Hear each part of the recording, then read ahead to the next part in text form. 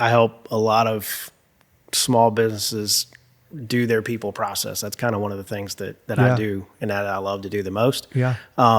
And I hear that a lot when you bring somebody into a culture that you've created, that high effort, high attitude, high confidence, and we're going to outwork everybody else. If you can take that and, kind of generate that through the organization, people get pulled out of the mundane and they get into stretching themselves, and that leads to them learning how to stretch others. And then all of a sudden you look up and you're in a leadership role and you've got 4 people working for you, and that's how it happens. Right. That's how you elevate up. So yeah.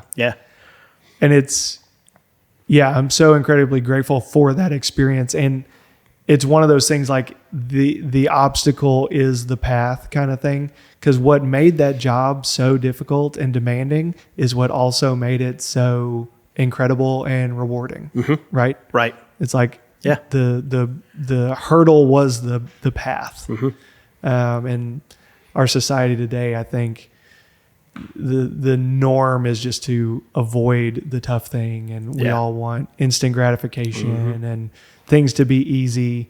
And it's just one of the dichotomy of that, where it's like some of the most rewarding things are the things that are just the toughest. They beat you up and they, stretched you, taught you something, got you out of the comfort zone, whatever. Yeah. Yeah. So you mentioned helping companies with culture. Is that something you're doing a lot these days? How do you do that? Yeah, I would call my consulting business fractional executive support. That's really kind of, to put it in the elevator speech, I can tell you in about 20 seconds. Yeah. My background in banking, so finance, and I understood from the banker's side, from the financial analyst side of the desk, what a good, healthy business looks like. And then you go into the entrepreneurial world and you're having to do it either yourself or with another group of entrepreneurs. And so you're having to worry about cash flow, and you're having to worry about your operating cycle, and when's the right time to make the next hire, and are we profitable enough to make another hire, and that kind of thing. So as all of that began to be put together, and then I just started going around the country to these masterminds and these conferences, mostly in the real estate industry at first. And you meet all these businesses that are solo entrepreneurs that just on hustle got it to a certain point, and they don't know how to get it to the next level. And so that's where I found my niche, I guess, is in that spot. And then it's from there developed into, okay, I had a company hire me just to help them hire and develop a chief operating officer. I love that. That is so fun for me, because I'm going to spend a little bit of time with you and your leadership team. I'm going to get to know what your culture is, what's important to you, where are you trying to go, where are you trying to grow, if you're trying to expand. And then I can not only help you find the right person, I can also help you develop them. And so you can hand the keys off to that person and go do what you do best, right? Yeah. So most entrepreneurs get their business to a certain size because they know how to do things well. They don't always know how to lead things well. And so that's what that's the prototypical client that I tend to reach. Yeah. That's awesome, man. Cause all those levels of business, man. And you've probably read the book. I'm trying to think of the title, but it talks about basically every business that starts off with a solo entrepreneur goes through these like 7 stages, and each one of them has major fall offs where it's like companies either just get stuck at this stage, or because they get stuck at that stage, they just die off or whatever. And it just makes you acutely aware of these issues that are not unique really to any business. And once again, the hurdle is the path. You have to like get through these stages and go to the next. You have to hire your first employee. You have to go through all of the hard stuff that comes with that. You used to handle everything. You have to hand off some of that responsibility. Yeah. You have to train them on how to do it properly. The culture starts as soon as you have that first employee. And we as entrepreneurs tend to expect ourselves out of that other person. That's just not the way it works. Yeah. Well, I'm a huge fan of the strength finders. You probably remember all of that. I loved mine. Yeah. I made my wife read mine. And I've redone mine a couple of times since then, because they do, as you evolve as a person and a leader and a professional, they do evolve a little bit, but your core ones stay pretty much the same. And so if you know what those are, what I try to teach people is you do what only you can do, and you outsource the rest of that, either to like people like me to help you with, I could do fractional accounting stuff. I can get you connected with CPAs that will help you do that kind of stuff, just to, if you don't need a full-time CFO or a full-time controller or something like that. Right. But anything that you don't love doing, try your best to get that off your plate. Anything you don't do well, try to get that off your plate. And that's where the growth ends up. But you got to have the confidence and the stomach to be able to do that. That's not easy. Yeah, that's a skill in itself. Yes. Being able to hand that stuff off and have the confidence, and you got to. I think it's wisdom too. It's not just a skill; it's wisdom. Because if you don't realize, and I had somebody that I actually wasn't going to take an engagement because I could tell when I talked to them they weren't ever going to turn anything over. Well, you're going to stay the same size you are. That's just a fact. Your administration will only get as big as your administration will allow it to get. Or your company will only get as big as your administration will allow it to get. Yeah, you as the owner become the bottleneck. Yes. If you're lucky. Like that, I think that's where we're all trying to get to. But when you get there, you need to realize that it's happening. Right. And be able to have the wisdom to hand some stuff off. And, so some of the most, I call wise, but smart, wise, whatever you call them, executives, entrepreneurs, they're already understanding that they're approaching that point, and they're already surrounding themselves with smart people to help them make that decision, help them through that decision. Because it's a process. It's not just, okay, I'm ready. It's if I do this, then what does that mean? So. When I love just the concept of what you call it, fractional executive leadership, because a lot of companies can't afford a C-suite. That's right. And it wouldn't be smart for the business to go and hire that.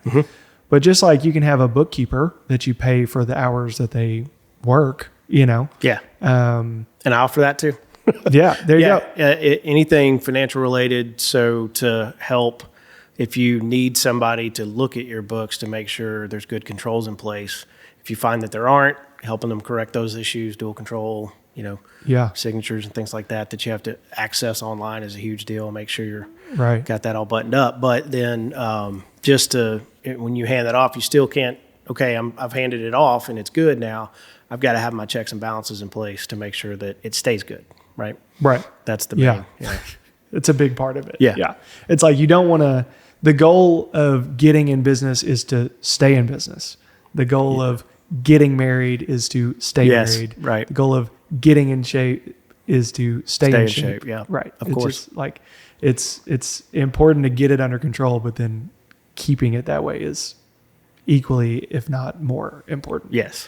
And so this is something that I always kind of just viewed as like out of reach, in my mind, having somebody handle my bookkeeping and QuickBooks was just, it's like, well, I just need to do it because I know where like the things need to go and whatever. And like, also falling under the assumption that like I can do it best and like nobody knows my business like I do. Yeah.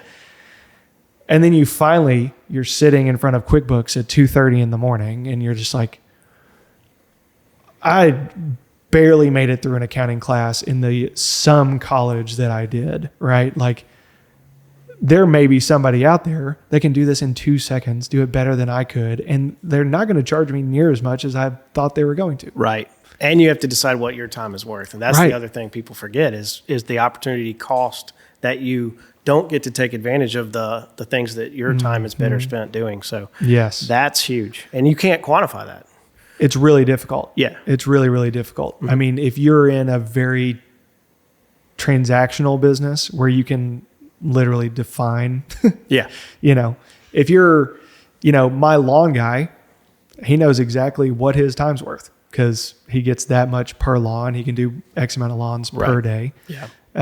But once you get to an executive level that we're talking about, it starts getting difficult to quantify.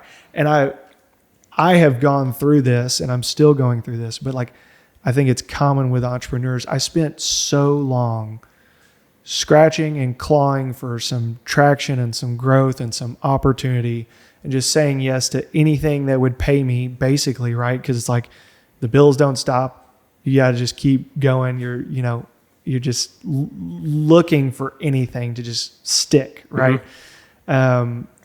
And then you get to a place where, lo and behold, like you keep that up for long enough, some stuff sticks. Yes. Some stuff starts working. You get the ball rolling, so to speak. But you stay held on to that, like, I have to be like doing all of these things. Mm-hmm. And then you look up and you're like, well, no wonder I'm burnt out. Yeah. No wonder I'm just completely exhausted. Mm-hmm. No wonder my wife is mad, Yeah. I think I'm doing all the right things because, like, hey, like the bills are paid. You got to, you went to the grocery store and you got groceries. The card wasn't declined. I think you'd be surprised how many business owners define success as just, okay, I can look at the bank balance on my phone today, and it's a decent number, and so I must be doing okay. Payroll's covered. Like, yeah. Yeah. Yeah. So one of the things that I do early on with a new client is I try to sit down and not just figure out what they feel like is broken, but what's working. And if you define that, that's probably, for the most part, especially if you're a single member, if you're the company and this is working, then that's something you probably need to stay a part of. And then the rest we can, farm off and find somebody to take that over or whatever. But if you don't track what's working as well as track what you think is not working and where you need to improve, I think you're missing part of the growth battle.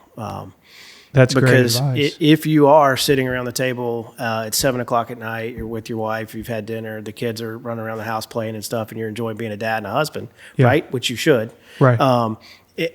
You want to know that the next 40, 50, 60 hours I give my business are going to be the most productive 40, 50, 60 hours, not a waste. Right. And then you do that enough times and you're like, I just throw my hands up.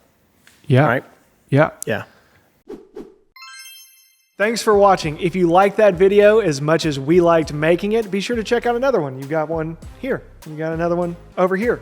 If you want to listen to the podcast audio only, go check out the Spotify link in the description. And if you haven't subscribed to the channel, please consider doing so. It helps us out a ton. And please hit the bell if you want notifications anytime we drop a new video. Hope to see you on the next one.